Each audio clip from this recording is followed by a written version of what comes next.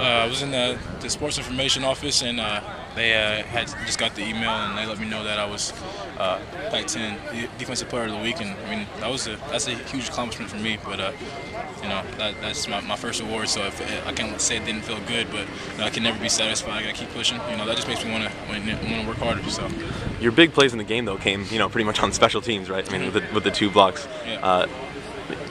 Is it hard to transition between the two, and which one? I mean, have you enjoyed being able to just kind of run recklessly on special teams sometimes? I just want to go out there and play football, you know, and I mean, whether I'm on special teams, defense, whatever it is, I just want to fly around, get to the ball however I can, and just be able to make plays.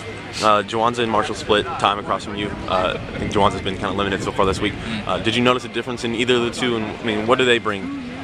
Well, there is no drop-off at all once Jawanza came in. He did a great job stepping in there and played like a starter. And I mean, he had some pass breakups, made some big plays. And so, I mean, that's a good feeling when you know that you have when somebody goes down, that you got a guy that can step up and pick up the slack right away. So Marshall's a great player, and we're glad to have him back there.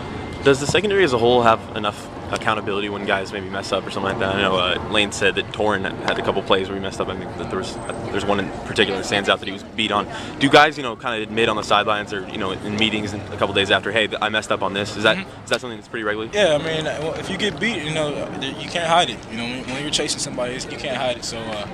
So you know that, I mean, you got to own up to it. But as a defensive back, my father always told me that there's only two kinds of football players: those who have been beat and those who are going to get beat. So you got to be able to put it behind you and be able to respond. So that's what we do.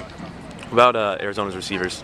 They got some good receivers. They got a guy, Kreiner, I think this is his last name, yeah. But he's a good receiver.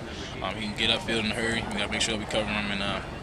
But I think that if we do everything that our coaches are telling us to do, then we'll be all right. Have you seen Foles on tape? I mean, notice any tendencies with that? him? I mean, he throws the ball good. His actions speak for himself. They got another quarterback, too, that can run around. So, for us, we just got to be able to contain both of them, whichever one's on the field, and be able to make sure that we protect the deep ball and make sure we're the last line of defense out there. That running quarterback sometimes, I mean, pretty much, sometimes, as I recall, he goes in there just to run. Is that something that would worry you guys as a defense? No, not at all.